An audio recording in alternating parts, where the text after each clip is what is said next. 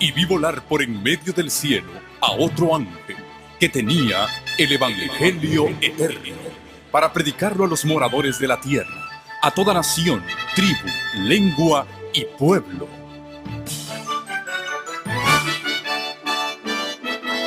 Con ustedes su programa cristiano con temas bíblicos de actualidad.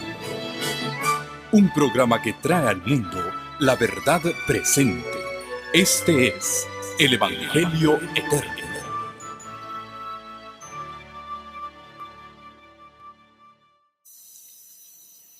Iniciamos esta corta serie de temas el jueves. Continuamos anoche, viernes. Hoy por la mañana el tema es el juicio milenario. Por la tarde es el juicio ejecutivo. Hemos aprendido que la Biblia está repleta de menciones al juicio que Dios hará sobre toda carne. Dios no solamente es el creador, el responsable de que los seres humanos vivamos en este planeta,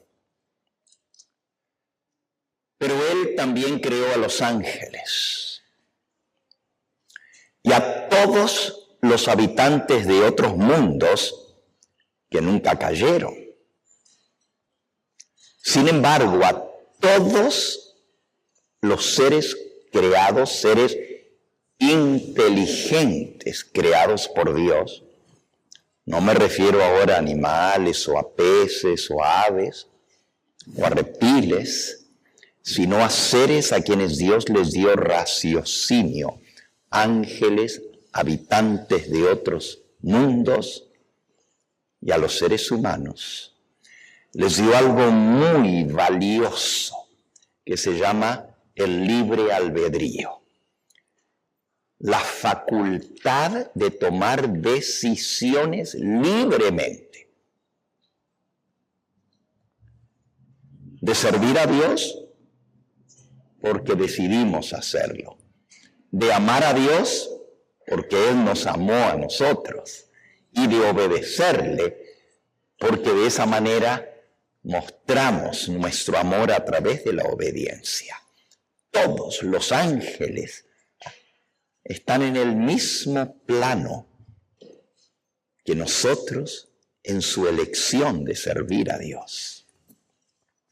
Pero como Dios es el que dio la vida, Él también es el responsable por la felicidad de las criaturas que Él creó, pero también de hacer juicio y justicia. El pecado entró en el universo, en el cielo. Allá vino la rebelión primero y luego se pasó a esta tierra. Nuevamente, ninguno de los seres que Dios creó eran malos. La Biblia dice sobre el autor del mal, Luzbel se llamaba, o Lucero, que era perfecto en todos sus caminos desde el día en que fue creado. Y Dios le dio dentro de esa perfección que dio a todos los seres inteligentes el libre albedrío.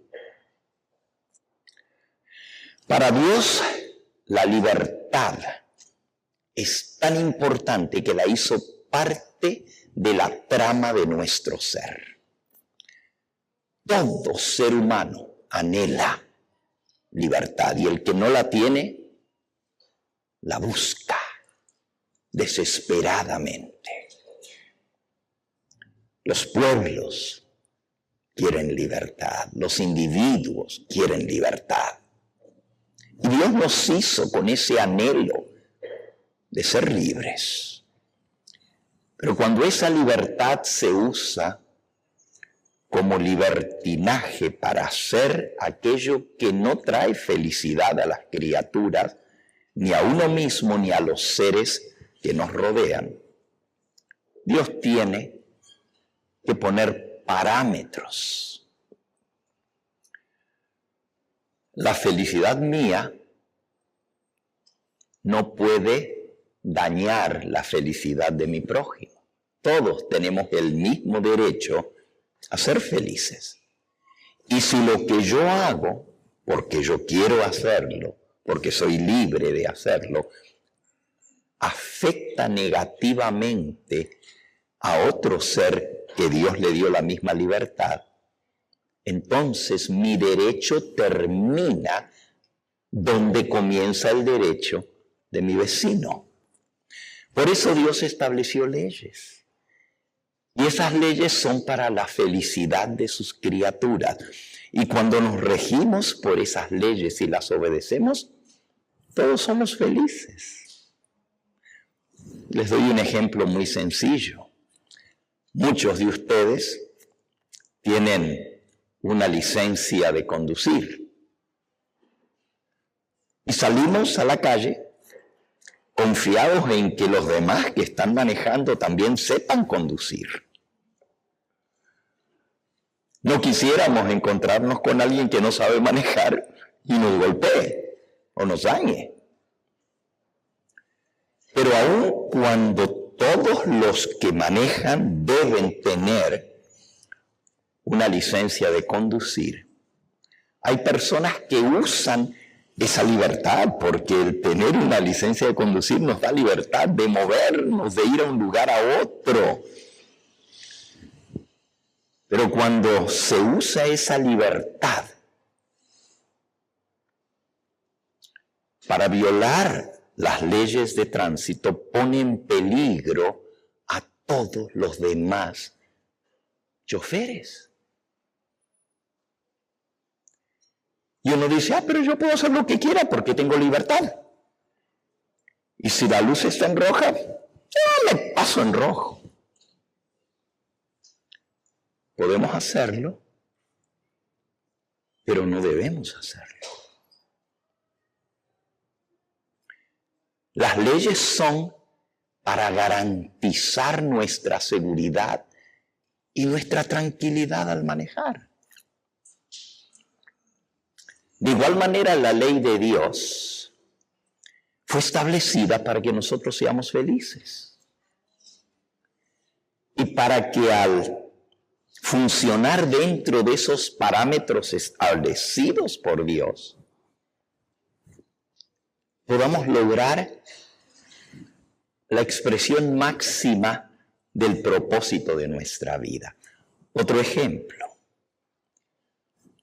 Somos entes libres. Dios nos hizo seres que nos dio la facultad de amar, de ser amados y de expresar ese amor de muchas formas. Y una de las maneras más íntimas y preciosas de expresar el amor para aquellos a quienes hemos escogido para que sean nuestros compañeros de la vida, esposo, esposa, se expresa a través del amor íntimo. Pero para garantizar la felicidad, hay una ley que dice, no cometerás adulterio. Pero el ser humano dice, yo tengo mi esposa, pero me gusta aquella también. No es por amor, es por deseo pecaminoso que pone sus ojos en otra persona. Pero si él lleva a cabo su acción, está dañando a aquella persona porque no le va a dar la felicidad por un acto carnal. Pero también, si esa otra persona tiene esposo, está dañando al esposo, está dañando a los hijos, está dañando su propio hogar, está haciéndole daño a su propia esposa. Es una cadena de desgracia que trae la infidelidad. Pero la gente no quiere hacer caso. Y sigue violando la ley de Dios. Aunque la ley dice, no cometerás adulterio, no fornicarás.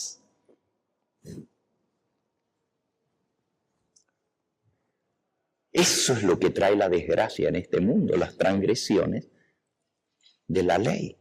Si nosotros nos regimos por esa ley, vamos a ser felices. A veces los niños, los jovencitos, cuando ya están llegando a cierta edad, quieren su libertad y quieren hacer todo lo que se les venga en gana. Los padres que les dejan hacer todo están formando a hijos que no van a ser felices, porque el mundo no trabaja de esa manera. Si cuando tienen 12, 13, 14 años, pueden hacer lo que quieran, total. Cuando vayan a la escuela o cuando vayan y tengan un trabajo y quieran hacer lo que quieran, no funciona así. Y entonces van a tener choques en su lugar de trabajo, choques con sus compañeros, con sus vecinos. Su vida va a ser miserable todo el tiempo. Pero libertad. ¿Libertad para qué? ¿Para ser infelices? Porque una persona que está chocando continuamente y en pelea y en infeliz porque le dicen haz tal cosa. Si vas a un trabajo y el patrón te dice, ¿vas a hacer esto? No, pero a mí me gusta hacerlo de esta manera. Aquí yo soy el patrón y yo te digo cómo vas a hacerlo. No, pero es que yo tengo una manera mejor. Pues vete con tu manera mejor, pero aquí no vas a trabajar. Así es el mundo. Hay reglas y tenemos que seguir esas reglas. Entonces Dios establece las leyes para nuestra felicidad. Dios es responsable de hacer cumplir esas leyes, especialmente en la sociedad donde hay tanto crimen, tanta desgracia, tanta maldad, tanto sufrimiento por personas que no se sujetan a la ley. ¿Cómo puede una persona invadir un hogar que no es suyo, meterse y matar a los habitantes para llevarse lo que él quiere? Y nosotros decimos, eso no está bien. Pero ¿quién hace justicia? Entra un sinvergüenza en una casa, como pasó esta semana. Pensó que no había nadie, pero había una persona dentro de la casa. Y cuando la persona salió porque escuchó ruido, ¡pum!, lo mató. Ni lo conocía. Simplemente, y lo que se llevó fue de valor de menos de $100. Pero mató a la persona que estaba allí. Eso pasó esta semana. Entonces uno dice, pero eso no es justo. Tristemente, la persona que mató tenía 2 hijos y esos hijos se quedaron sin madre. ¿Eso es justo? ¿Por llevarse menos de $100? No. Entonces, alguien tiene que establecer justicia en la sociedad, pues para eso está el poder. Primero el legislativo que establece las leyes, eso no se puede hacer porque la ley lo prohíbe. Pero luego está el poder judicial que hace cumplir la ley. Y lo primero que hacemos cuando hay una violación de la ley es llamar, que venga la policía, que se haga cargo de esa situación. Y entonces la policía interviene y lleva a la persona a que sea enjuiciada. Y cuando esa persona es encontrada culpable, tiene que pagar por lo que hizo. Y en este caso no sé cuál va a ser, porque eso pasó esta semana, allá cerca de donde yo vivo, que mataron a una madre de 2 hijos, nomás por entrar a robar. Alguien tiene que hacer justicia. Dios es el responsable de hacer justicia en el universo. Y nosotros no quisiéramos un Dios que simplemente es tan bueno que deja pasar todo por alto. ¿De qué nos sirve alguien que no hace justicia? Pero cuando somos nosotros los transgresores, misericordia, misericordia. Queremos que nos traten con misericordia. Pero cuando se trata del que nos hizo daño a nosotros, no, que se haga justicia, no es justo lo que me hicieron. Así somos los seres humanos. Dios tiene que hacer un balance entre la justicia y la misericordia. Y si ustedes ven aún las leyes humanas, por más grave que haya sido el crimen, la mayoría de los estados, cuando la persona reconoce y acepta y está arrepentida de lo que hizo, aunque sea de labios para afuera, porque el corazón solo Dios lo conoce. Pero si la persona muestra, primero acepta su responsabilidad y segundo muestra arrepentimiento, normalmente la ley lo trata diferente que el que no reconoce.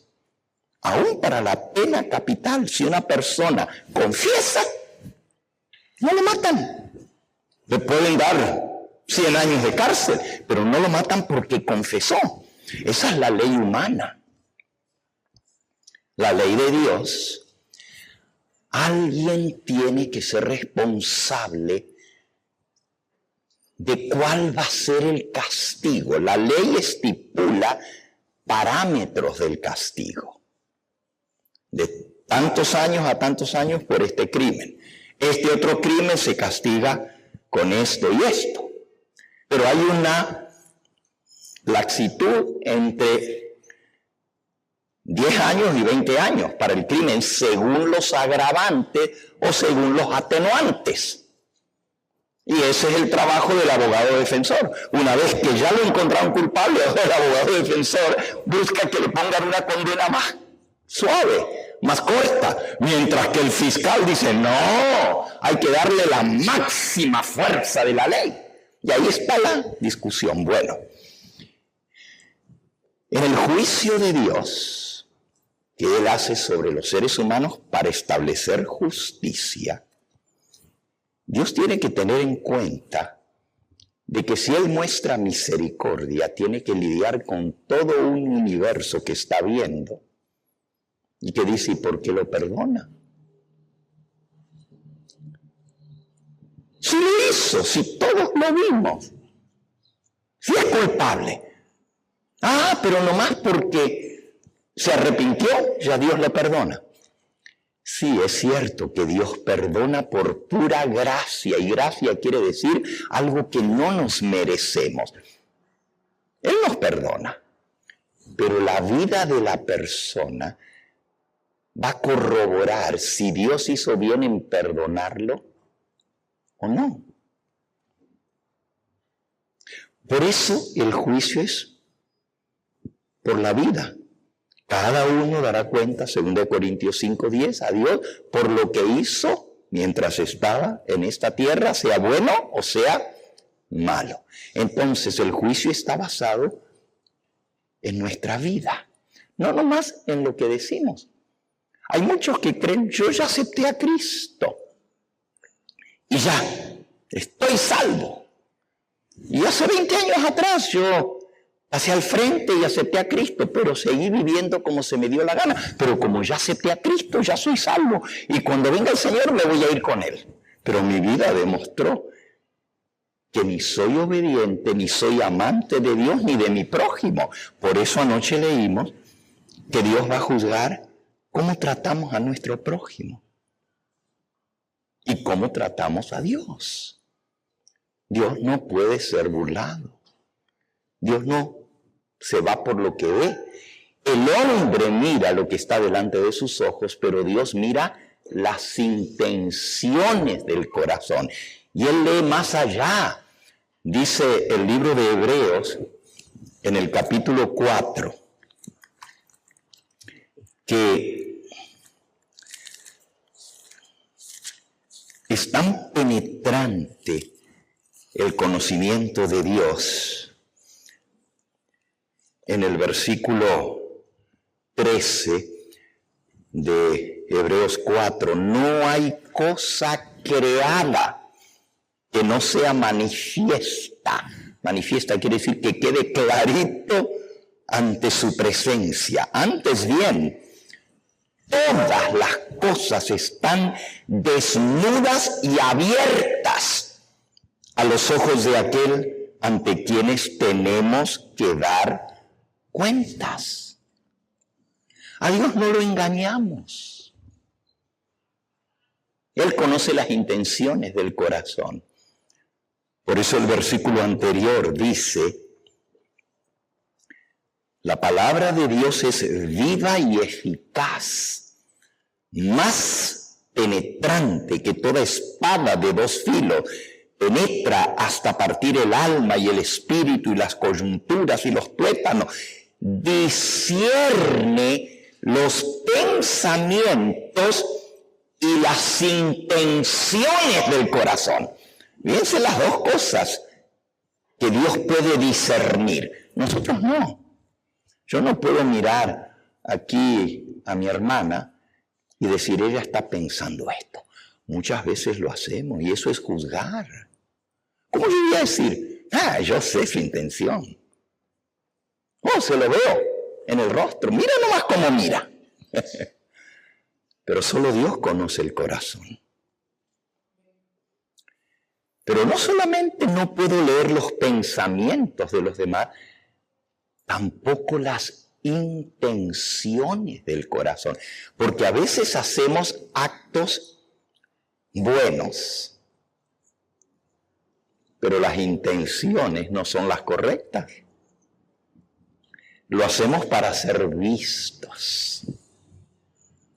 El galán que está conquistando a la muchacha va por la calle y allá ve una viejita que está tratando de cruzar la calle y se le pone en rojo antes de poder cruzar. El muchacho dice, espérame aquí, y sale corriendo a ayudar a la viejita. Y la muchacha dice, qué galán, qué caballero, mi futuro. Y sin embargo, solo lo hizo para impresionarla a ella. Pero cuando está solo, al día siguiente y ve a la misma viejita, ¿qué te crees? ¿Que te voy a cruzar otra vez? Así somos los seres humanos. A veces hacemos cosas buenas nomás por ser vistos. Hay benefactores que dan millones de dólares para ayudar al cáncer, o a los huérfanos, o a la pobreza. Y la gente los alaba, qué tremendo, pero dando lo que les sobra. Estaba yo hablando con un sobrino mío que llegó de Argentina esta semana porque la mamá de él, es mi cuñada, está muy malita de salud. Está ya al final de su vida, tiene 94 años. La esposa de mi hermano mayor. Y él me estaba contando, le digo, el presidente de los Estados Unidos está ayudando a la Argentina, le digo yo, porque se comprometió a dar 20 billones, no millones, billones de dólares para sacar a flote a la Argentina financieramente. 20 billones. Le digo, eso está muy bueno, ¿no? Yo no soy trompista ni de ninguna política, pero me pareció que era algo bueno. Yo era un país que está muy mal. Y mi sobrino me pinchó el globo, me desinfló, me dice, no, tío, no seas ingenuo. Hay amigos de Trump que invirtieron millones de dólares en la Argentina y ahora lo están perdiendo todo. Él está dando el dinero para que le paguen las inversiones a sus amigos. Y ese dinero no va a quedar en la Argentina. Claro, ayuda a la deuda externa, Pero la deuda externa se la deben a esos mismos millonarios que les dieron el dinero. Pero Trump está dando el dinero no para bail out Argentina, o sea, para sacar del apuro a Argentina, sino para bail out his friends, para ayudar a sus amigos. Yo me quedé sorprendido y entonces me mostró en las noticias, porque nosotros leemos las noticias de Estados Unidos, pero hay que leer las noticias de Argentina para saber lo que el pueblo piensa. ¿Por qué cuento esto? No me interesa la política, ni me interesa lo que hace Trump, ni deja de hacer. Pero lo cuento como ejemplo de que a veces hay actos que pasan como muy buenos, cuando en realidad los motivos son otros. Yo no puedo juzgar los motivos del presidente, por supuesto que no. Dios sí los conoce. Pero aparentemente hay motivos ulteriores en la política. Y ustedes saben que los políticos hacen todo con algún propósito, no más de ayudar. Porque si queremos ayudar a la Argentina, gloria a Dios, que ayuden a mi país, ¿no es cierto? Pero ¿y a los otros que le quitaron las ayudas de millones de dólares que se están muriendo de hambre? ¿Por qué no les ayuda a ellos? Y se las quitó y las tenían y dependían de eso. Entonces uno comienza a sopesar, a decir, ¿cómo es que funciona esto? ¿A quién se favorece? ¿Se favorece a Bukele? ¿Y a los nicas que están al lado? Ah, no, porque es política contraria.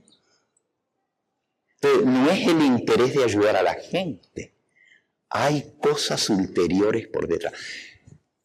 Les repito, no estoy envuelto en la política. Si mis apreciaciones son equivocadas, perdónenme. No es mi deseo establecer parámetros políticos. Aquí solamente dar un ejemplo de que Dios es el único que conoce los verdaderos motivos. Y aquí dice que Dios discierne los pensamientos, pero también las intenciones del corazón. Hoy vamos a hablar un poquito acerca del juicio de los que se perdieron. Y usted dice, bueno, ¿y por qué tenemos que juzgar a los que ya están perdidos? Durante el milenio no se va a decidir el destino de esas almas. Ya se perdieron. Cuando el Señor viene, como aprendimos anoche, unos van a recibir galardón de vida eterna en la venida del Señor. Y los otros van a recibir castigo de eterna perdición. Eso es en la venida del Señor. No hay otra segunda oportunidad. La oportunidad que tenemos es en esta vida. Esta es la prueba que tenemos en esta vida. Y aquí demostramos lo que somos y lo que queremos y lo que hacemos, y demostramos lo que está en nuestro corazón. Los hechos demuestran nuestras intenciones, pero a veces los hechos engañan, porque la Biblia dice que el hombre juzga de acuerdo a lo que tiene delante de sus ojos, a lo que ve, pero Dios mira ¿qué? Las intenciones del corazón. Y el dicho dice, hechos vemos, corazones no sabemos. Entonces, por eso hay un juicio sobre los impíos, no para determinar si quizás Dios se equivocó y debiera haber salvado a esa persona. No. Dios no se equivoca. Nuestra lectura bíblica de hoy está en un contexto, y está en el contexto del milenio, y vamos a leerla. Y vamos a ir ir un poquito más profundo en lo que es el juicio del milenio. Apocalipsis capítulo 20. Nuestra lectura bíblica fue el versículo 4, pero vamos a leerlo desde el versículo 1 en adelante. En realidad el capítulo 19 de Apocalipsis describe la venida del Señor Jesús. El capítulo 19, desde el versículo 11 hasta el 21, describe la venida del Señor Jesús. El capítulo 20 comienza diciendo, gracias. Vi a un ángel que descendía del cielo con la llave del abismo y una gran cadena en la mano. Y prendió al dragón, la serpiente antigua que es el diablo y Satanás, y lo ató por 1000 años. Ahora sí pueden decir amén. El diablo va a ser atado por 1000 años. ¿Quién sujeta a Satanás hoy en día? Dios podría hacerlo, pero Él lo deja actuar para que se vea el corazón de cada persona. Pero después de la venida del Señor Jesús, el diablo va a ser atado por 1000 años. Prendió al dragón, fue apresado. La serpiente antigua, que es el diablo y Satanás, y lo ató por 1000 años. Versículo 3. Y lo arrojó al abismo y lo encerró y puso su sello sobre él para que no engañase más a las naciones hasta que fuesen cumplidos 1000 años.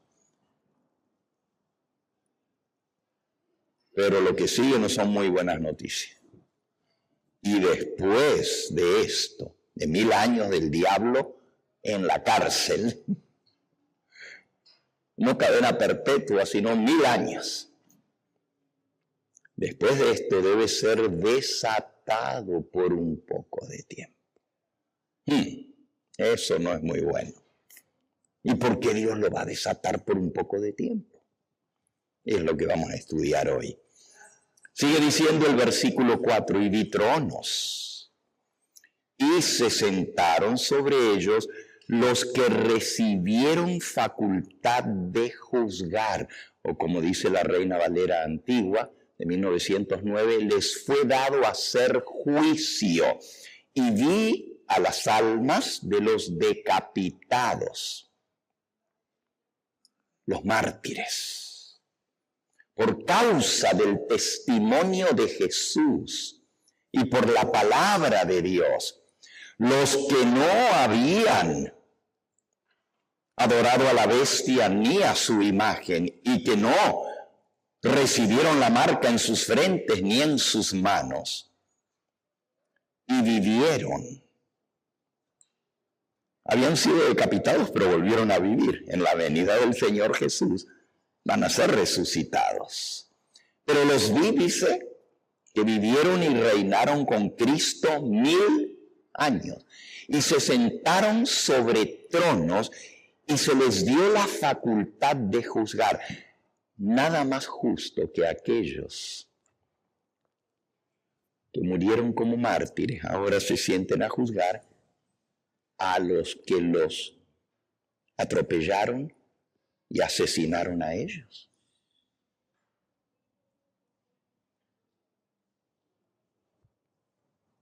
Es decir, ¿quiénes van a juzgar a los malos?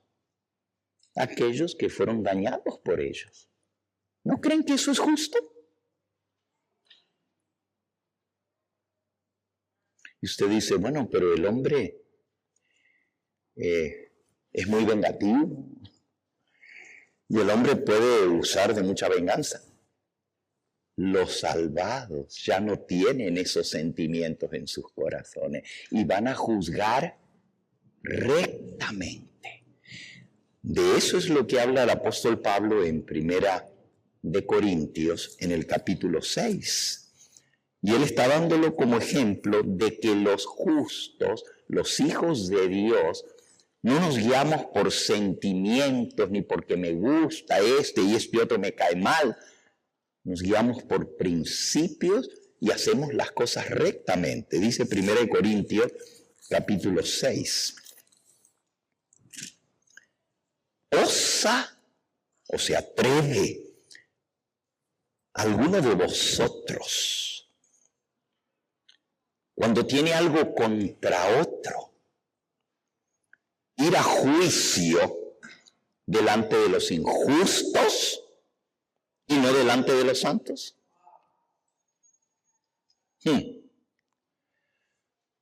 Es decir, si yo tengo un hermano en Cristo, en la iglesia, y ese hermano en Cristo me ha dañado, ¿por qué no arreglar las cosas entre nosotros y tener que ir ante un injusto que ni cree en Dios?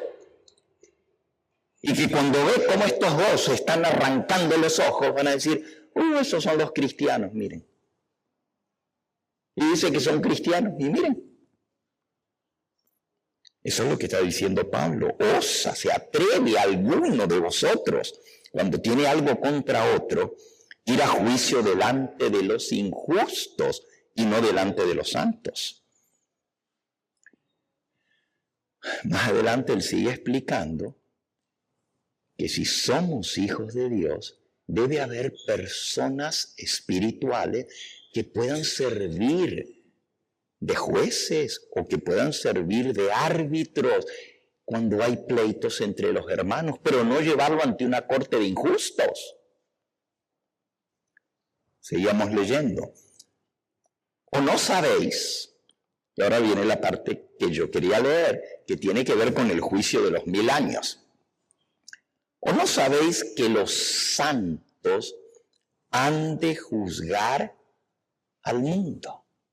Ahora, los que van a juzgar a los impíos, o los que vamos a juzgar a los impíos, vamos a ser los santos.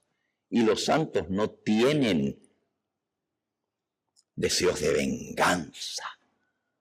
No tienen deseos de hacer el mal a los demás, al contrario.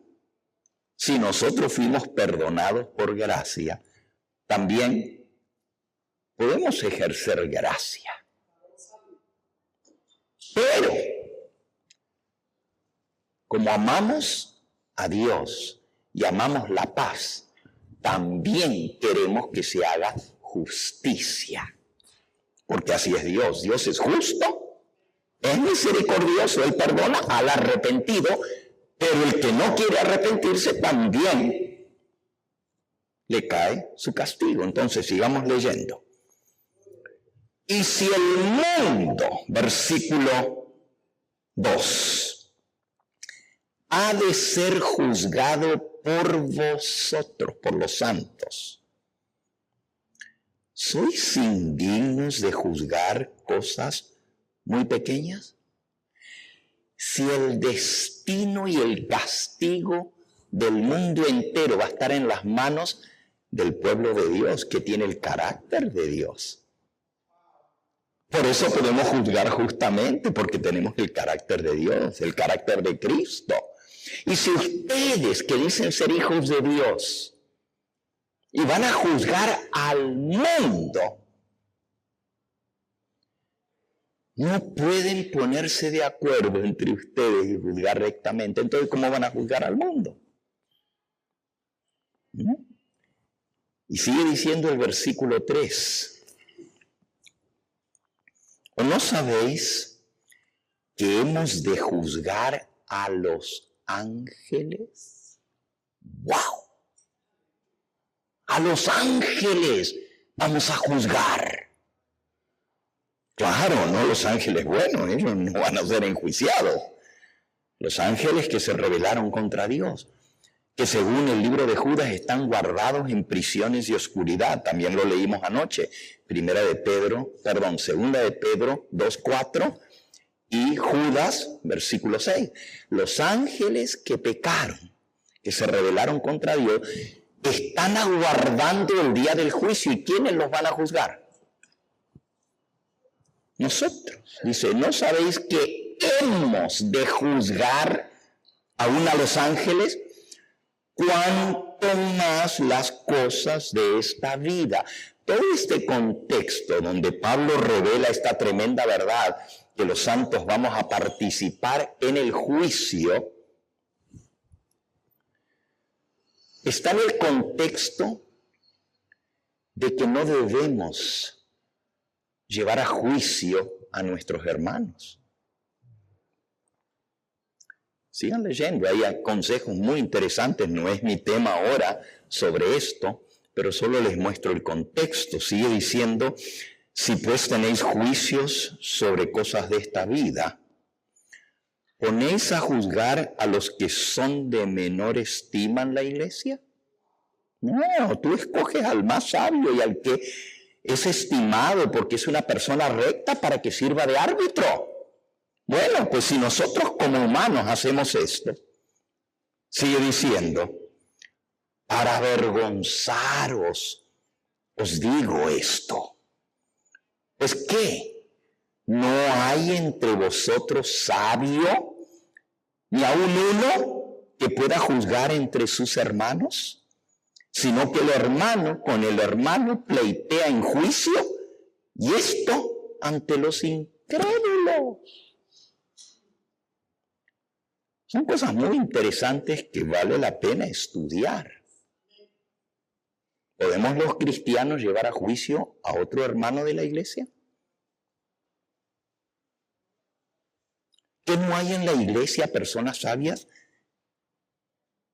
que puedan ayudarnos a resolver nuestras diferencias?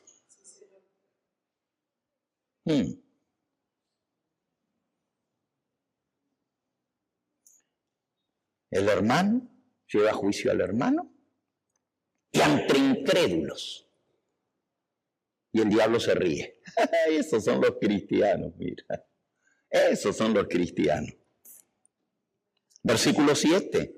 Así que, por cierto, es ya una falta de vosotros que tengáis pleitos entre vosotros mismos. Eso cae de maduro, ¿verdad? ¿Por qué tenemos que estarnos peleando entre nosotros?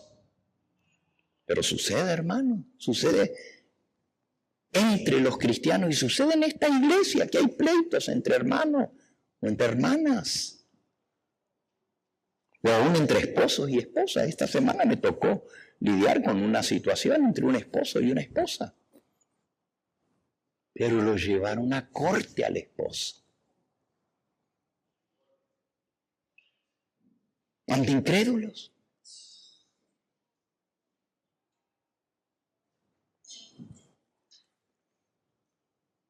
Ya de por sí es falta que se estén peleando entre ustedes, dice Pablo.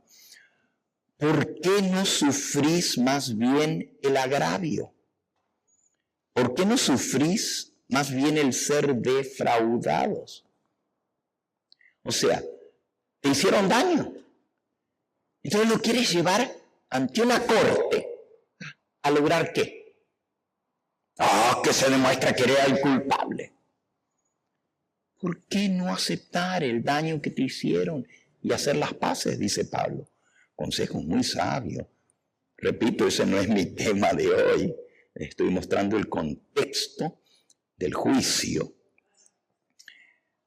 Dice, pero vosotros cometéis el agravio y defraudáis. Cuando nos defraudan, especialmente si hay dinero de por medio, no, ¿cómo voy a perdonar si me robó? Y esto a los hermanos defraudáis. Ese es el contexto de lo que estamos leyendo. Bueno, ¿y qué hacer cuando tú eres llevado a juicio por otro hermano?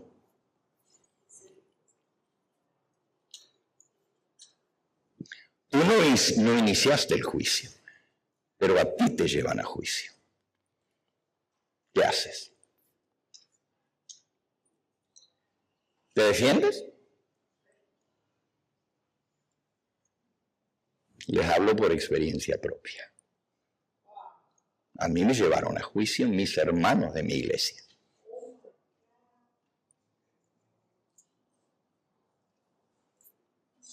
Y cuando el juez determinó que no había base para las acusaciones, y dijo, las acusaciones son infundadas, tienen que retirar la demanda, y si no, ustedes son los que van a comparecer ante esta corte. Retiraron la demanda, después de 3 años de estar luchando. Al principio yo dije, yo no necesito un abogado. Yo no tengo nada que esconder, está toda la luz, lo que me pregunten es como es. Pero el juez me dijo, tiene que traer abogado. Y si no pone un abogado, se lo pone la corte al abogado, si usted no lo puede pagar. Bueno, no les voy a contar ese caso, simplemente lo que les digo es que se quitaron las demandas y entonces el juez dijo, esto fue dolo. Dolo quiere decir que hubo una intención de dañar a la otra persona sin causa. Eso es dolo. Dañar a otro sin causa. El juez determinó que era dolo. Y el abogado, que era un abogado cristiano que me defendía, me dijo, bueno, Pastor Gambetta, ya escuchó lo que dijo el juez. ¿Usted sabe lo que eso significa? Que usted ahora debe hacer una contrademanda. Porque lo han dañado, sin causa. Y yo le leí lo que les acabo de leer a ustedes, a mi abogado. ¿No es mejor sufrir el agravio? ¿No es mejor sufrir el daño que te hicieron? Que llevar ante corte de incrédulos para que digan, mira los adventistas cómo se están peleando entre ellos. Y no quise demandar. Yo no iba a demandar a mi iglesia porque era mi iglesia la que me estaba demandando a mí. Entonces, yo no me pongo de ejemplo. No es que estoy diciendo, ay, qué santo el pastor Gambetta. No, lo que estoy diciendo es la vergüenza que pasamos nosotros cuando entre hermanos estamos llevando a juicio a nuestros propios hermanos. Es mejor sufrir el oprobio, la ofensa, el ser defraudados que tener que ir a juicio. Mi abogado me dijo, pero es que ellos lo demandaron a usted y usted ahora tiene que hacer una contrademanda. Dije, yo no voy a demandar a mi iglesia. Pero entonces, ¿por qué ellos lo demandaron a usted si son su propia iglesia? Yo dije, ellos le van a dar cuenta a Dios y yo también le voy a dar cuenta a Dios. Y si ellos tienen que dar cuenta a Dios por haber transgredido lo que dice aquí, yo no voy a cometer la misma falta. Ese es un ejemplo que yo les doy. En el juicio del milenario, todo va a salir a la luz. Va a salir los propósitos, las intenciones. A veces hay personas que salen libres en un juicio porque no había pruebas, pero realmente eran culpables. Pero los abogados movieron todo y como son abogados bien pagados, la persona sale libre. No quiere decir que es inocente. Ante Dios no sucede eso. Porque Él conoce, como ya leímos, el corazón. Él lee los pensamientos y los propósitos, las intenciones del corazón. Y nada está escondido de Él.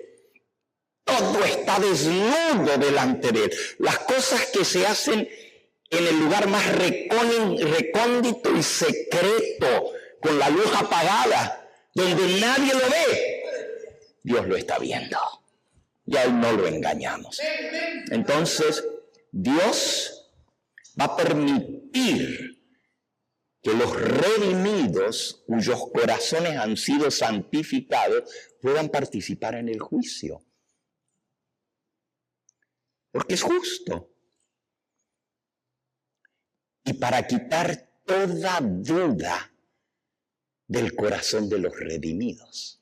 Toda duda. Porque si la persona que se condenó fue tu hijo, y resulta que un buen día estando allá en el cielo, caminando por las calles de oro, miras por allá y dices, oh, pero esa persona, me parece que la conozco. ¿Qué no es ese el que desvió a mi hijo del camino del bien y lo llevó a las drogas? ¿Qué no es ese el que depravó a mi hijo? ¿Qué hace aquí en el cielo? Mi hijo se perdió. Y este anda caminando por las calles de oro. ¿Eso no es justo? ¿Dónde está la justicia de Dios? Entonces Dios permite que los santos, los redimidos, y no estoy diciendo que nuestros pensamientos van a ser contra Dios, lo estoy expresando en lenguaje humano, eso no es justo. Pero Dios no quiere que quede ninguna duda en la mente de sus hijos, porque le tenemos que servir a Dios por amor, por su carácter, porque Él es justo y Él es bueno. Entonces, si yo tengo una pequeña duda allí, esa duda puede hacer que yo no pueda amar y servir a Dios de todo corazón, sin ningún prejuicio. Entonces Dios dice, ven, aquí están los registros. Y se van a abrir los libros. Y ahí se va a ver. Sí, ahí va a salir que ese hombre fue el que guió a tu hijo por el mal camino. O a tu hija que la desgració. Hay casos que se han dado aquí dentro de nuestro ambiente cristiano. De jovencitas que perdieron la vida a los 20 años de edad, o jóvenes, varones. Alguien los guió por ese mal camino. Y terminaron destruidos, jóvenes. Y estoy hablando de jóvenes reales que a mí me tocó enterrar. No tengo que dar datos, simplemente es muy duro tener que presidir en un funeral de una joven o un joven de 20 años de edad. Entonces, la persona que fue usada por Satanás, porque el archienemigo es el diablo, pero él usa a las personas que él controla. Dio a esa persona. Pero recuerden, a todos Dios nos dio libre albedrío y nadie va por el camino malo a menos que Él escoja y ceda. Entonces podemos echar la culpa a otro, pero todavía yo tengo el libre albedrío de decir no, Dios no quiere esto para mi vida. Y con eso no estoy echando la culpa a nadie. Simplemente estoy diciendo que cada uno de nosotros somos responsables por nuestros actos y nuestras decisiones libres. Por eso debemos enseñar a nuestros hijos, guiarlos por el buen camino, pero luego llegan a su mayoría de edad y ellos deciden. Y tampoco tenemos que cargar la culpa. ¿Qué hice yo malo? ¿Que mi hijo me salió malo? ¿Qué hice malo? Si yo lo crié bien, mira, tengo 2 hijos y uno me salió bueno y el otro me salió rebelde. ¿Por qué si yo los crié iguales? Y a Dios no le salió uno que era Luzbel y se transformó en Lucifer y Dios lo hizo también y era hijo de Dios. Si a Dios le pasó eso, ¿cómo no nos puede pasar a nosotros? Eso está basado en el libre albedrío de cada uno de nosotros. ¿Entendemos ahora? Ok. Volviendo al caso hipotético. Cuando vamos a los registros en el cielo, nos encontramos cada acto de la vida, pero también cada intención, cada pensamiento, cada mirada, cada influencia. Y al abrir el registro sí se demuestra que esta persona hizo mucho daño. Pero junto a ese registro está anotado el día y la hora que esa persona se arrepintió, y como Dios conoce el corazón, está escrito: de corazón y de verdad se arrepintió y fue perdonado y lavado por la sangre de Cristo. Pero a nuestro hijo, que escogió seguir la influencia de la persona negativa, y esa se salvó, fíjense, y era bien malo. Pero nosotros nos comparamos. Ese sí es bien malo, pero nosotros no somos tan malos, ¿verdad? La Biblia dice que no hay justo ni siquiera uno. Ni uno. Entonces no podemos decir yo soy mejor que otro porque hice cosas que no son tan graves como las otras. Si el pecado más grave de todos se llama orgullo. Y Dios resiste a los soberbios y da gracia a los humildes. Entonces, ¿quién? Puede parecer, este no mató, este no robó, este no blasfemó, este no cometió adulterio. Pero me siento bien porque soy mejor que este otro. Eso se llama soberbia, se llama orgullo, se llama compararse con los demás. Y el Señor dice, no juzguéis para que no seáis juzgados. Entonces Dios es el que pesa los corazones. Ninguno de nosotros podemos decir que merecemos algo más que los demás. Todos estamos bajo la condenación del pecado. Y a todos, como hablamos anoche, se nos da la oportunidad de la salvación. Y es gratuita. Lo que tengo que hacer es aceptar la provisión que Dios ha hecho para el perdón. De corazón. Y si yo lo hago, puedo ser perdonado, no importa lo que haga. Miren, no hay pecado que no pueda ser perdonado. No hay pecado.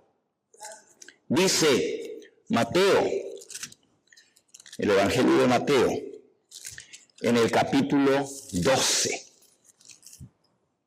versículo 31.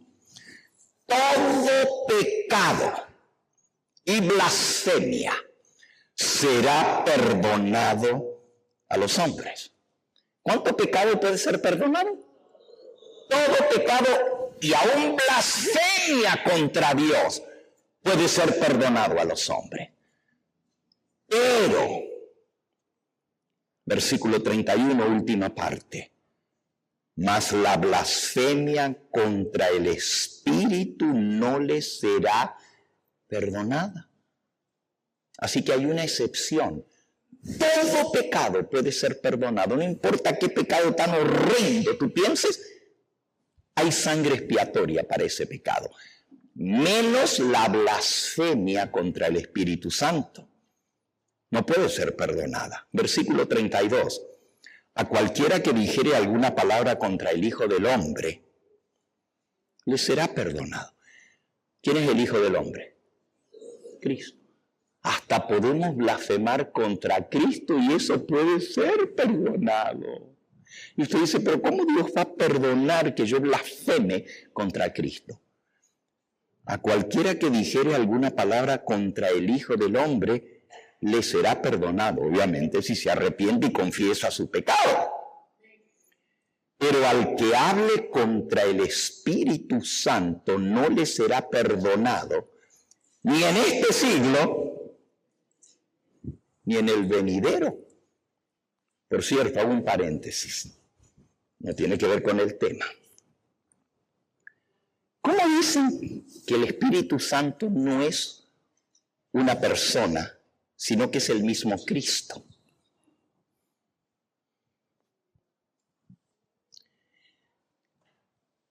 Fíjense lo que estoy diciendo. Hay gente que dice, no está el Padre y el Hijo y el Espíritu Santo, tres seres distintos. Nomás está el Padre y el Hijo, y el Espíritu Santo es el Espíritu de Cristo, es el mismo Cristo. Ajá, ¿de verdad? A ver, explícame este versículo. Si blasfema contra Cristo puede ser perdonado, pero si blasfema contra el Espíritu Santo no, entonces ¿cómo que es el mismo Cristo? Solo con un versículo te das cuenta del error de la falacia de los que están engañados con doctrinas falsas. Y la doctrina de que no hay Espíritu Santo. Bueno, no dicen que no hay. El Espíritu es la influencia de Cristo. El Espíritu es el poder de Cristo, pero no hay una persona que se llame Espíritu Santo. ¿Se le puede blasfemar a una influencia, a un poder? ¿Se le puede dañar o hablar en contra? Si hablas contra Cristo, puede ser perdonado. Pero si hablas contra el Espíritu Santo, no tiene perdón.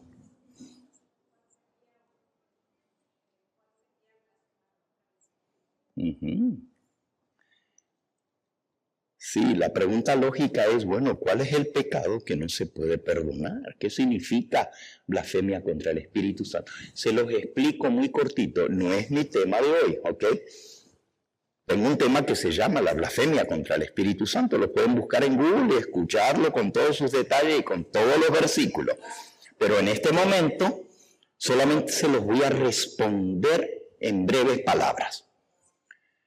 Todo pecado puede ser perdonado si la persona acepta el pecado, se arrepiente de todo corazón, lo confiesa y acepta la sangre de Cristo para limpiar ese pecado.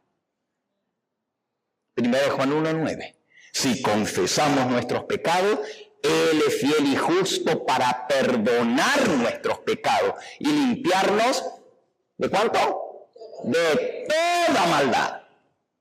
Así que toda maldad puede ser perdonada, siempre que yo lo acepte, lo confiese. Les decía hace un momento que hasta en la ley de los hombres, cuando un criminal está siendo acusado, él se niega. ¿Cómo te declaras inocente o culpable? Inocente. Pero él sabe que es culpable, pero se declara inocente para ver si hay alguna vuelta en la ley para que no salga culpable. Pero cuando la persona coopera y dice, yo soy culpable y yo lo hice, y confiesa, la ley es menos fuerte contra aquel. No es que no lo van a castigar, claro que lo van a castigar, pero a lo menos él confesó. Ahora, en la ley de Dios, la manera como Dios actúa es, si yo me arrepiento de todo corazón, confieso mi pecado y creo que la sangre de Cristo me limpia de pecado, puedo ser perdonado de cualquier pecado, menos de uno. De la blasfemia contra el Espíritu Santo. ¿Y qué es eso? El que nos guía al arrepentimiento es el Espíritu Santo. Yo no me puedo ni arrepentir por mí mismo, porque yo soy orgulloso y no quiero reconocer. Eso es como rebajarme. Pero el Espíritu Santo me habla a mi conciencia y me dice, hiciste mal, arrepiéntete. Dice, ¿no sabéis que es la bondad y la benignidad del Espíritu Santo el que te guía al arrepentimiento? Juan capítulo 16 dice, cuando venga el Espíritu Santo, Él convencerá de pecado. Si el Espíritu Santo no te convence que hiciste mal, no te vas a arrepentir. Pero el Espíritu Santo busca tu salvación, como vimos anoche. El Espíritu nos anhela, nos busca para que nos arrepintamos. ¿Cuál es la blasfemia?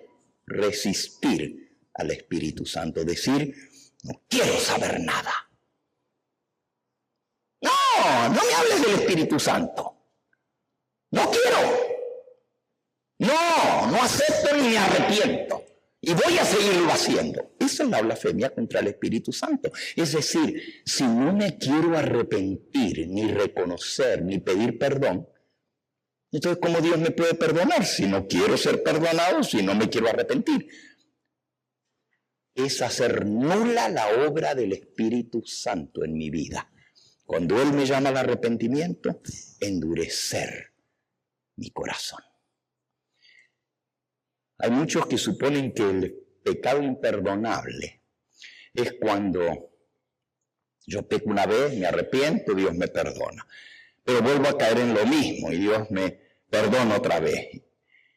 Y sigo, pero de tanto pedir por lo mismo, ¿quién me va a creer de que de verdad estoy arrepentido si sigo haciendo lo mismo?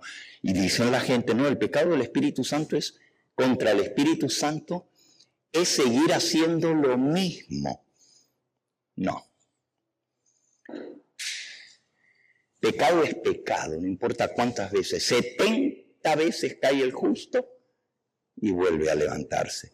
Y Jesús dijo, cuando le dijo Pedro, Señor, ¿cuántas veces debo perdonar a mi hermano? ¿7 veces? ¿7? Y Jesús le respondió, no te digo 7 veces, sino 70 veces 7. Por el mismo pecado, por lo mismo que me está haciendo. Eso significa sufrir el agravio. Cuando tu esposa te ofende, te perdona una vez. O vamos a ponerlo al revés. Cuando tu esposo te hace daño, tú lo perdonas. Pero después vuelve y te hace lo mismo y tú lo perdonas. Y te hace lo mismo y tú lo perdonas. ¿Cuántas veces lo vas a perdonar? ¿De verdad está arrepentido y por qué sigue haciendo lo mismo? Y el Señor dice, mientras esté arrepentido, síguelo perdonando. Así como Dios perdona, porque Él nos perdona continuamente. Y es duro, pero es como Dios actúa. Pero si yo no quiero ser perdonado, ¿quién me puede perdonar si no quiero? Terminando este tema del Espíritu Santo. Volviendo ahora al tema del juicio en el milenio. Cuando busquemos en los registros del cielo, y otra vez voy a dar una pequeña explicación. La Biblia habla de libros, de rollos, donde están registrados los hechos de los seres humanos. Hay libros de memoria, está el libro de la vida. Es la manera de Dios de que nosotros los seres humanos entendamos que se lleva un registro minucioso de nuestra vida. En la época del apóstol Juan, cuando él escribió, o de los profetas, no había otra manera de escribir o de llevar un registro. Lo que había era rollos o libros. Si Dios le mostraba una computadora a Juan y le decía, ahí está todo registrado, él ni siquiera tenía nombre para eso, ni sabía lo que era. Dios le tiene que hablar al profeta de acuerdo a su capacidad de entender, sino cómo va a expresar el sentimiento de Dios. Todo Dios le muestra libros. Hoy en día, nosotros tenemos otra manera de registrar las cosas. No solo tenemos chips, y en una cosita así chiquitita, podemos poner la enciclopedia británica completa en un chip. ¿Cuánta información no va allí? La enciclopedia, decenas de volúmenes, todo entra en un granito de arroz, literalmente, así chiquitito. Yo manejo un Tesla.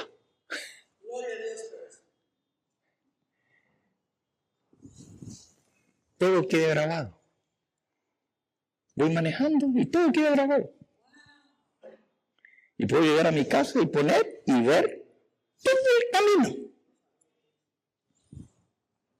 Y si hay un accidente, ahí está todo grabado. Ya no hay que discutir quién tuvo la culpa, ahí se ve. Dios tiene toda nuestra vida registrada. ¿Cómo? La Biblia dice que son libros y que los ángeles van y escriben en los libros.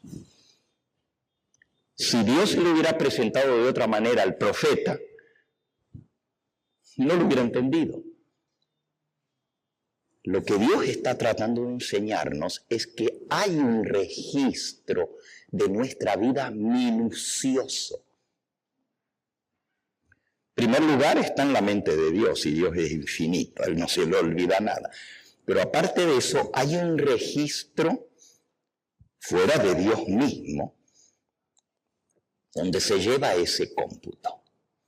Si Dios tiene una gigantesca computadora,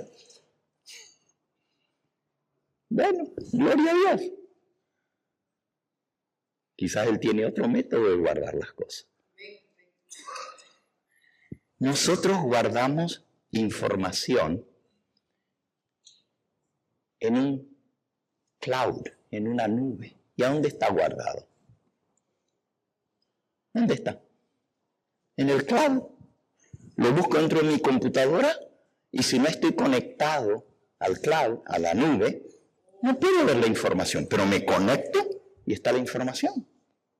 Entonces, si los hombres que somos finitos hemos inventado maneras de registrar cosas en forma digital, que ni siquiera es con lápiz y papel.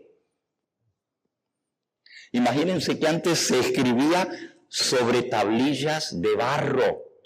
Y eso era lo que se guardaba como registro. Se llamaban tabletas cuneiformes. Después se escribía sobre cueros de animales. Y después se inventó el uso del papiro, de donde eventualmente vino el papel. Pero el papiro era un cartón de grueso. Y ahí se escribía por siglos, así era, por siglos. Cuando aparece el papel, entonces aparecen las hojas, pero este también está hecho de madera, el papel. Este papel blanco. ¿De dónde salió? De la madera. Entonces, fíjense. El hombre ha ido perfeccionando el método de guardar registro. Dios no tiene que perfeccionarlo, Dios tiene lo más perfecto. No quiero ser, digamos, blasfemo o hablar de más, pero Dios tiene un método de registro en el cielo. No quiero decir que Dios tiene una computadora. Si Él tiene un hard drive donde guarda todo, debe ser algo tremendo. Porque si nosotros en un granito de arroz de pequeñito podemos guardar la vida entera de una persona. Pero no nomás Dios guarda los hechos. Él guarda los pensamientos que estábamos pensando cuando hicimos lo que hicimos. Y Dios guarda los motivos por los cuales hicimos lo que hicimos. O dijimos lo que dijimos. Pero también Dios guarda la influencia de lo que hicimos sobre otros. ¿Ustedes saben lo que eso significa? Cosas que yo hago que afectan a otro. Yo soy responsable por lo que hice porque afecté a otro. Todo eso Dios lo tiene registrado. Todo completo. Cuando esos registros salgan a la luz, ahí no va a haber duda. Y los redimidos vamos a decir, lo que Dios hizo estuvo bien hecho. Dios es justo. Y no hay ni un ápice de injusticia en Dios. Y si mi hijo se perdió por el mal camino que él tomó, y el que lo desvió se salvó, fue porque él se arrepintió y mi hijo no quiso arrepentirse. Pero también va a aparecer todas las veces que Dios le dio oportunidad y lo llamó, y que el Espíritu Santo peleó allá en la intimidad de su corazón, que le decía, arrepiéntete, cambia tu vida. Y cuando un pastor se le acercó, y cuando un hermano le habló, y cuando las cosas en la vida se pusieron difíciles, él dijo, Dios mío, pero después que todo salió bien, entonces, sigo en la misma vida mala. Todo eso está registrado. Y nadie va a poder decir que Dios no le dio oportunidad de salvación. Nadie. Ni yo mismo, que soy su padre. ¿Entendemos? Por eso hay un juicio en el cielo. Y el juicio en el cielo no es para Dios. Dios ya hizo el juicio. Y ya los que se perdieron, y los que se salvaron. El juicio es para quitar todo ápice de duda en la mente de los redimidos. Tiene otro propósito también. Y por eso se le llama el juicio adjudicativo. Porque para cada uno va a haber un castigo. Y rapidito. En el libro de Lucas hay una declaración del Señor Jesús que nos da a entender que hay distintos niveles de castigo de acuerdo a lo que hayan hecho.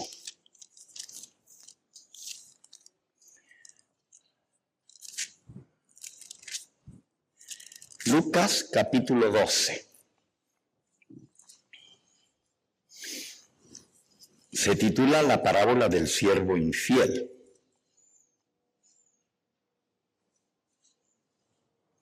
Nomás voy a leer, ustedes pueden leer toda la parábola. Primero viene el siervo bueno y después viene el siervo malo, que Jesús está contando.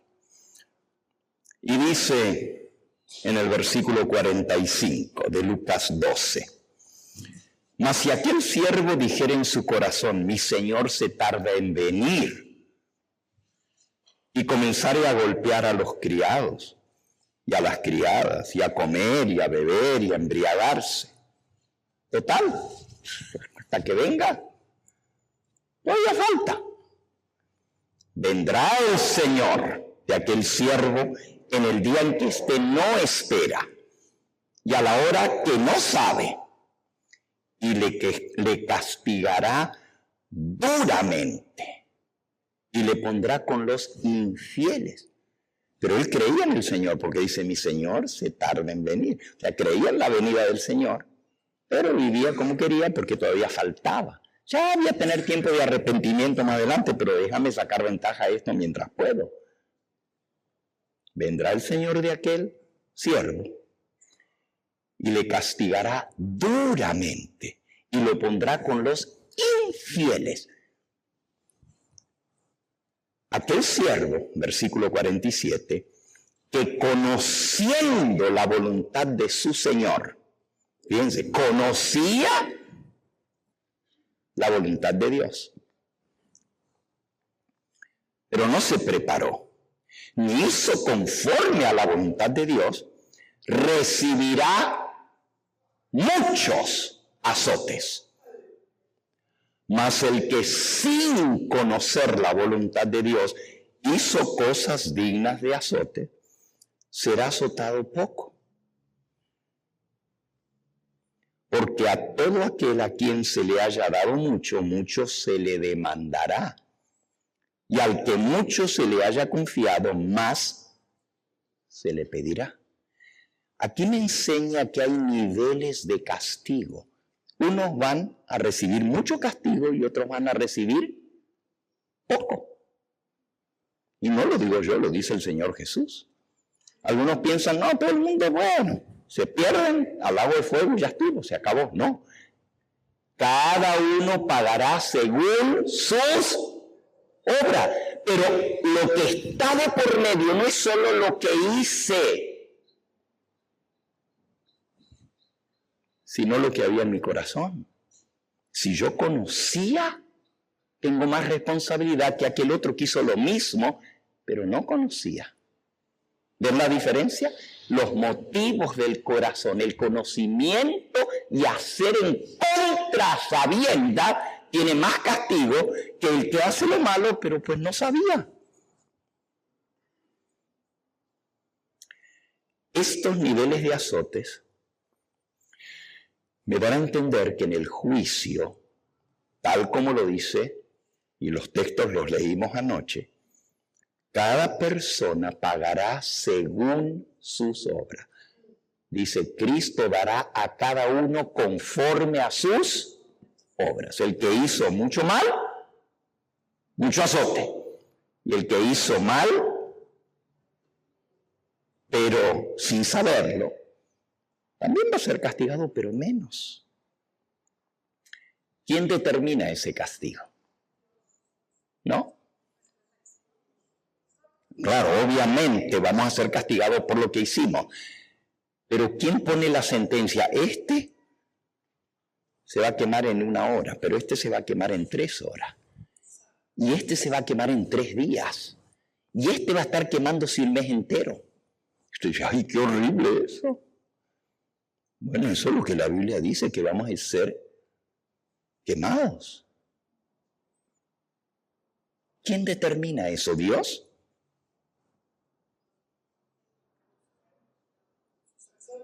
¿No sabéis que vosotros habéis de juzgar al mundo? Nosotros vamos a determinar el castigo en esos 1000 años en el cielo. No vamos a determinar si la persona es culpable o inocente, eso ya fue en el juicio anterior, pero ahí se determina la sentencia. Claro, todos sufren pena capital, pero unos van a sufrir mucho y otros van a sufrir menos. Voy a ir terminando, voy a leer una última cita y por la tarde seguimos. Por la tarde seguimos, porque esto se pone más interesante, a las 4:30 hoy. Mire,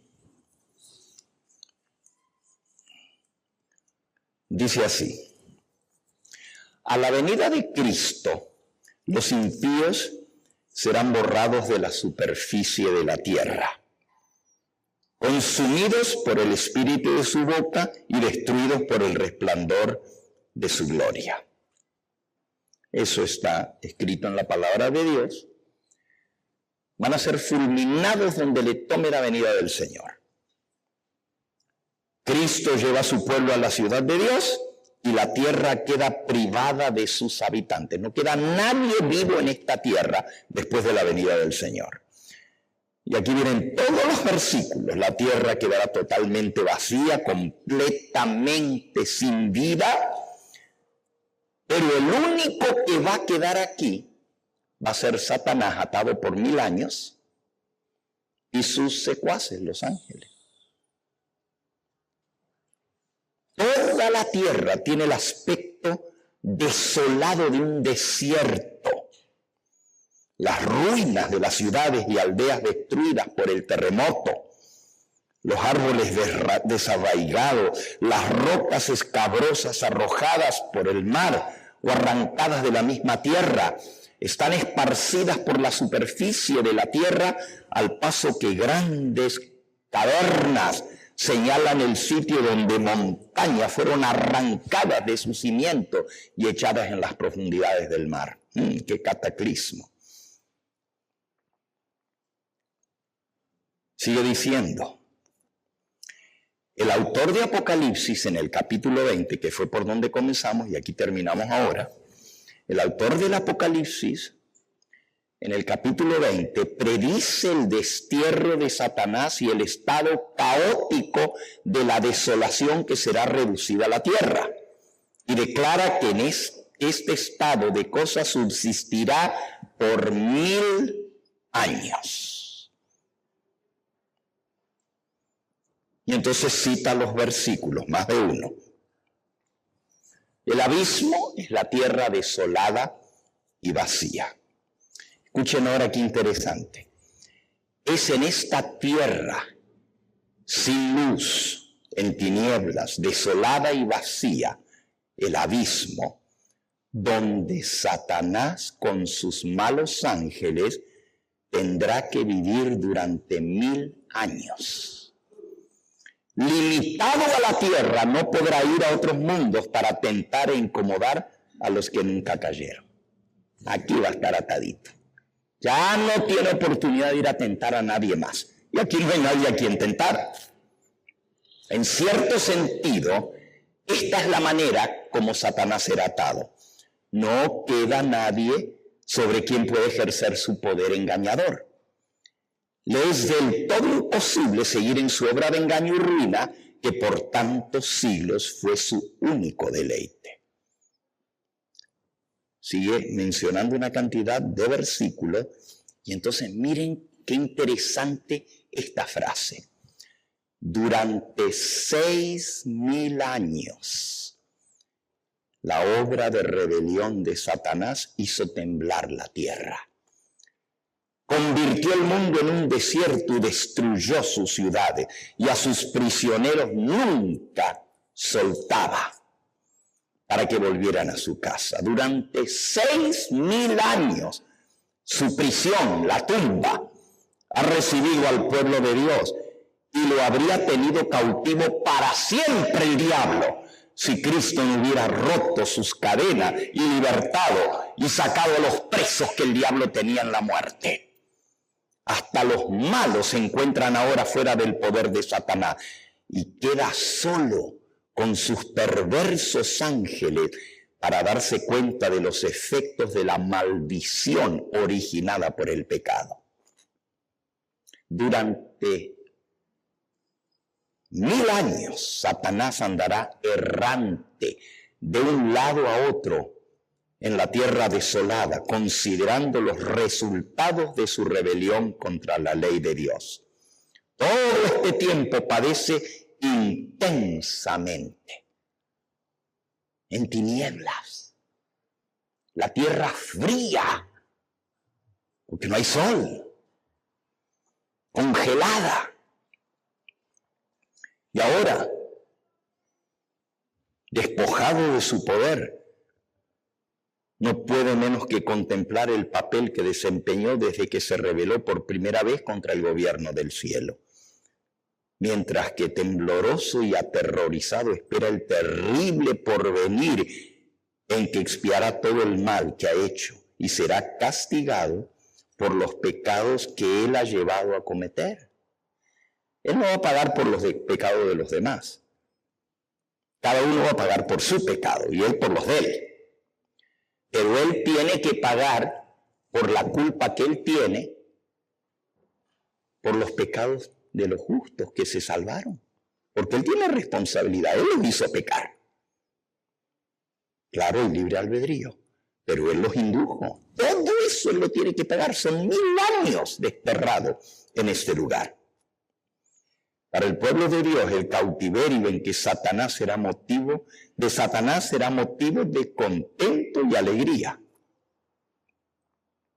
Durante los 1.000 años que transcurrirán entre la primera y segunda resurrección, se verificará el juicio de los impíos. Esto es lo que estábamos viendo ahora. También Satanás y sus ángeles malos son juzgados por Cristo y su pueblo. Al fin de los 1.000 años, el diablo va a ser desatado por un poco de tiempo. ¿Por qué? Esta tarde ese es el tema. ¿Por qué Dios le va a permitir al diablo otra vez engañar? Hay una razón. El juicio investigador es para beneficio del universo, para garantizar que Dios no va a dejar que nadie entre al reino de Dios que pueda poner en peligro la paz del reino de Dios. Porque Él no quiere que se vuelva a levantar el mal. Entonces, las intenciones del corazón van a salir a la luz y cada individuo en el universo inteligente va a ver, no, esta persona de verdad está arrepentida, mira sus hechos, sus registros, sus pensamientos. Aún el ladrón en la cruz, que ni se bajó de la cruz porque se murió, pero el Señor lo perdonó. Y usted dice, pero no hay manera de demostrar si su vida iba a cambiar de verdad. No, pero están los pensamientos y los motivos de su corazón que están registrados allí. Y eso va a salir a la luz. Y Jesús le prometió que iba a estar con él en el paraíso. Entonces, todo eso sale a la luz. El juicio previo es para los habitantes del universo, ángeles y mundos no caídos. El juicio del milenio es para nosotros. Dios no necesita un juicio. Él sabe todo. Pero para quitar todo vestigio de duda sobre el carácter de Dios, son los 1000 años de juicio. Y si los redimidos, porque recuerden que el juicio investigador, solo los que alguna vez fueron hijos de Dios van a ser juzgados en el juicio previo. Y los salvados, como vimos anoche, van a ser pocos comparados a los perdidos. Esta tarde lo vamos a ver más en detalle. Pero fíjense, si el juicio de los salvados desde Abel, porque Caín se pierde, pero Abel en adelante, ya llevamos casi 200 años del juicio. Desde 1844. En el 2044, estamos en el 2025. Faltan 19 años para 200 años que se inició el juicio. Son mucha gente y cada caso es estudiado individualmente. Pero el juicio de los perdidos no va a durar 200 años. Va a durar 1000 años. 1000 años. Y cada uno va a recibir su pago. No en ese momento, pero se le va a poner al lado de su nombre. Esto es lo que tiene que pagar por lo que hizo, para que Dios sea justo. Y nosotros vamos a cooperar con la justicia de Dios. Y nadie va a decir, no, pero es que Dios la tenía contra aquel. Mira, aquel le puso muy fuerte y este otro más suave. No. Nosotros mismos vamos a poner la sentencia. El juicio final tiene otro motivo. Y ese es el mejor de todos, el de esta tarde. El primer juicio para los seres que nunca cayeron. El juicio del milenio para los redimidos. Pero el juicio final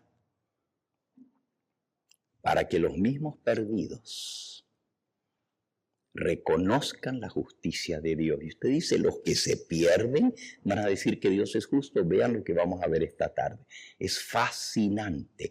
El carácter y la justicia de Dios quedarán limpios y vindicados por toda la eternidad. Y nadie jamás va a poder decir que Dios no es un Dios bueno, justo y misericordioso.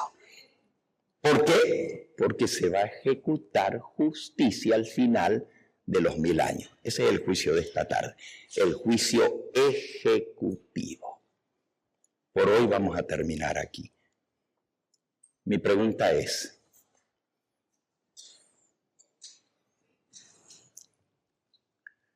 después de haber hablado de que Dios puede y quiere perdonar a los pecadores, pero que hay un pecado que Dios no perdona, y es el pecado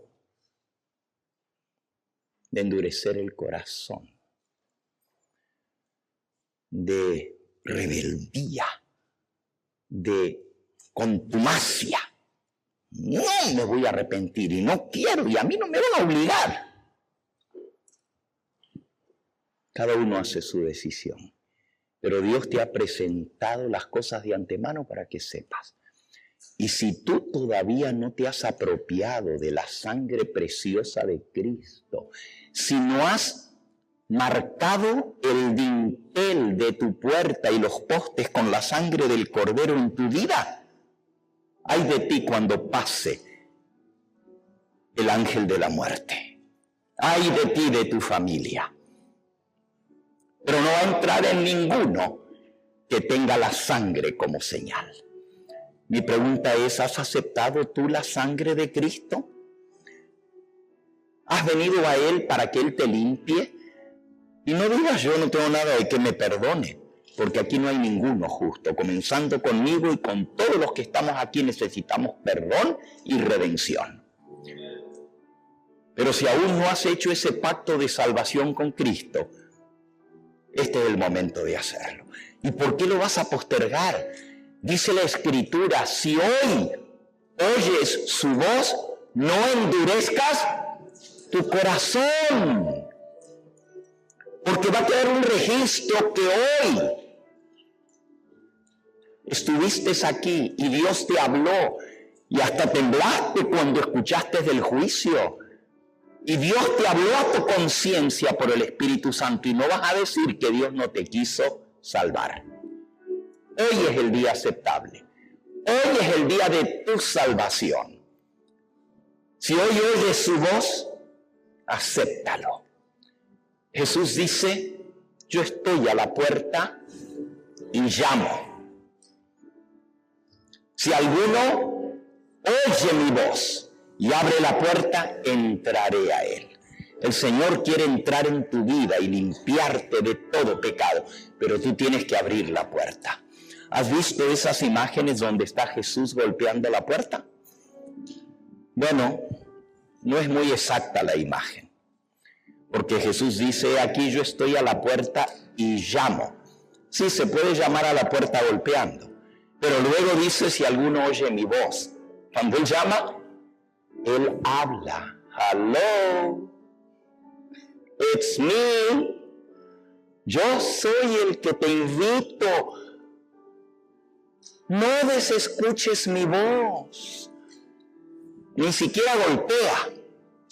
Habla al corazón.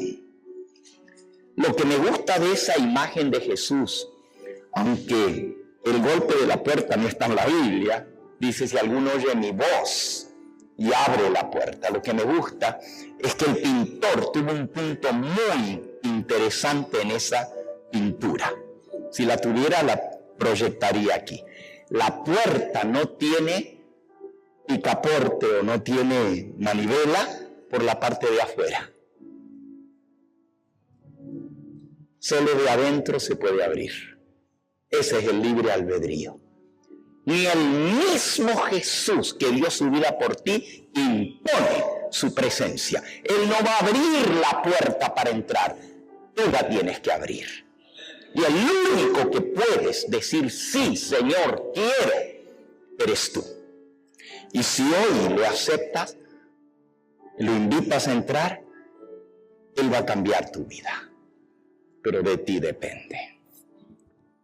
¿Hay alguno aquí que aún no ha hecho ese pacto de salvación con Jesús? Yo sé que la mayoría de los que estamos aquí ya tomamos esa decisión, pero puede ser que haya alguien aquí que aún no ha hecho ese pacto con Cristo de salvación, de aceptarle a Él, de dejar que el Espíritu Santo lo derrita. Déjame decirte que el mismo sol que derrite el hielo y derrite el pan de mantequilla, si lo pones al sol y lo hace líquido, el mismo sol endurece el barro y lo hace tan duro por el sol como si fuera una piedra. Todo depende del material. ¿Cómo está tu corazón? ¿Vas a permitir que el Señor te derrita hoy? ¿Te ablande? ¿O vas a dejar que el mismo tema que te llama al arrepentimiento te endurezca más? Porque cada vez que le decimos que no, se va formando un callo en nuestro corazón. Y entonces es más difícil aceptar. Hay alguien aquí que quiere decir, yo necesito el perdón del Señor. Puede ser que nunca haya sido bautizado. Hoy es tu oportunidad de entregarte al Señor y decir, me voy a preparar para hacer el pacto de salvación. Puede ser que fuiste bautizado una vez, pero te apartaste. Sucedieron cosas en tu vida que te alejaron del Señor y hoy Dios te trajo aquí para que te arrepientas de todo corazón. Y Él te acepta y Él te perdona. Y puede ser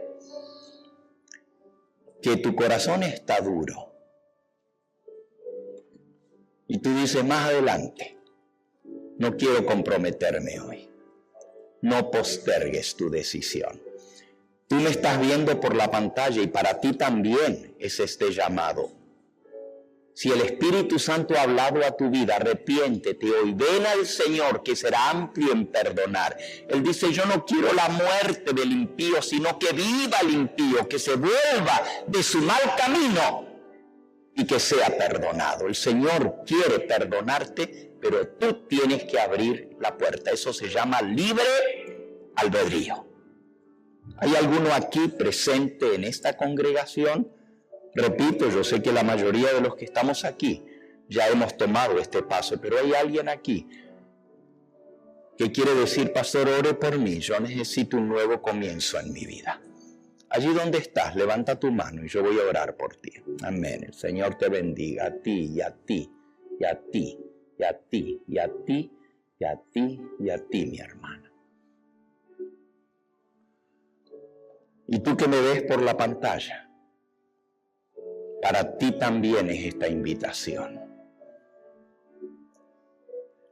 Hoy es tu día de decisión y hoy puede ser el comienzo de la eternidad en tu vida. Hoy. Vamos a ponernos en pie, vamos a cantar el himno final y luego vamos a orar por cada uno de nosotros, los que ya hemos hecho esta decisión, que nos mantenga fieles. Los que necesitamos un nuevo comienzo, que hoy sea ese comienzo. El himno es...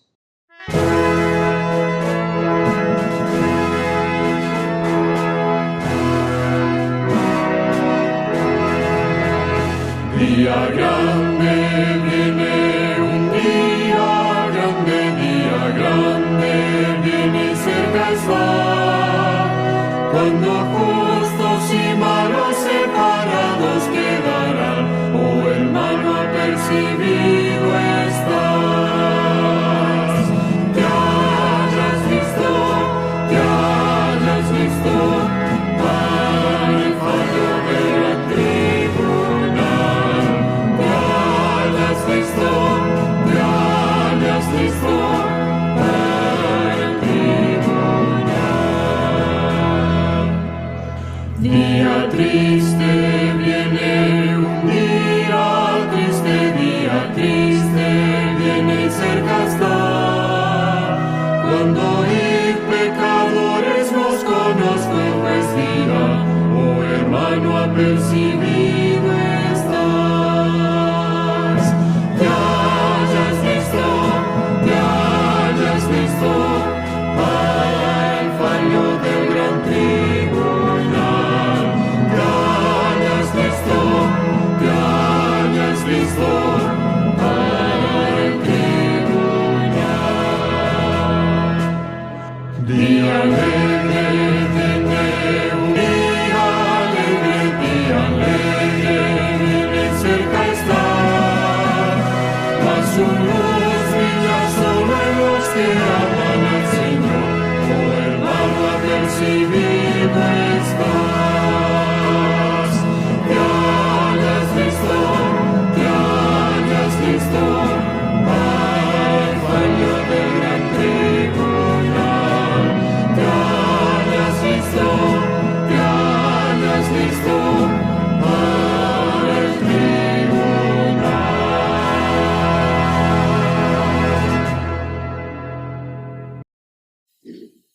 Padre Santo, Dios justo y misericordioso, cuánto anhelamos ese día cuando todos los secretos de los corazones saldrán a la luz. También nosotros tenemos cosas de las cuales no nos enorgullecemos. Hay episodios y momentos en nuestra vida que nos avergüenzan. Por eso hemos venido confesando nuestro pecado y aceptando la sangre expiatoria de Cristo para saldar nuestra deuda. En el nombre de Jesús te pedimos que nos limpies de todo pecado confesado. Y al escuchar de lo solemne del juicio, te pedimos que tu Espíritu Santo siga trabajando en nuestros corazones para poder eliminar de nuestra vida los deseos impuros, las decisiones incorrectas y los motivos que no son limpios.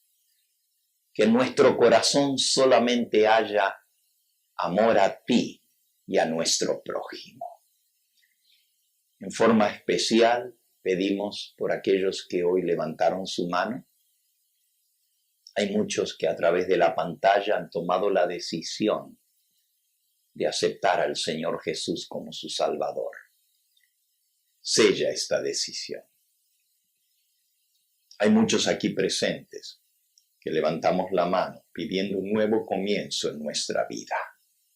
Tú conoces cada uno de nuestros actos, de nuestros pensamientos. Limpia la fuente del corazón, porque de la fuente del corazón mana la vida y nuestros pensamientos son seguidos por los actos y los actos por los hábitos y los hábitos forman nuestro carácter.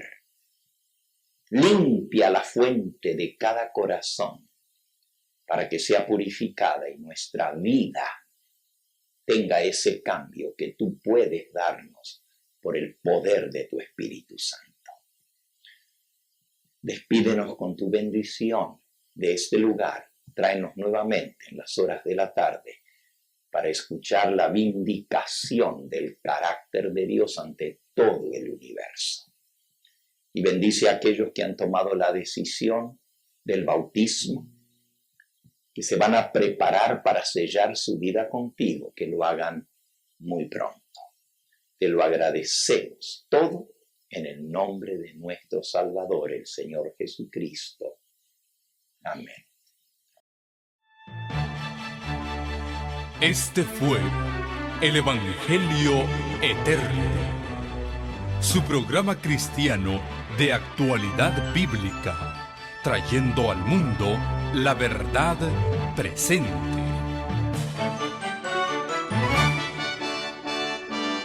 Y vi volar por en medio del cielo a otro ángel que tenía el Evangelio Eterno, para predicarlo a los moradores de la tierra, a toda nación, tribu, lengua y pueblo.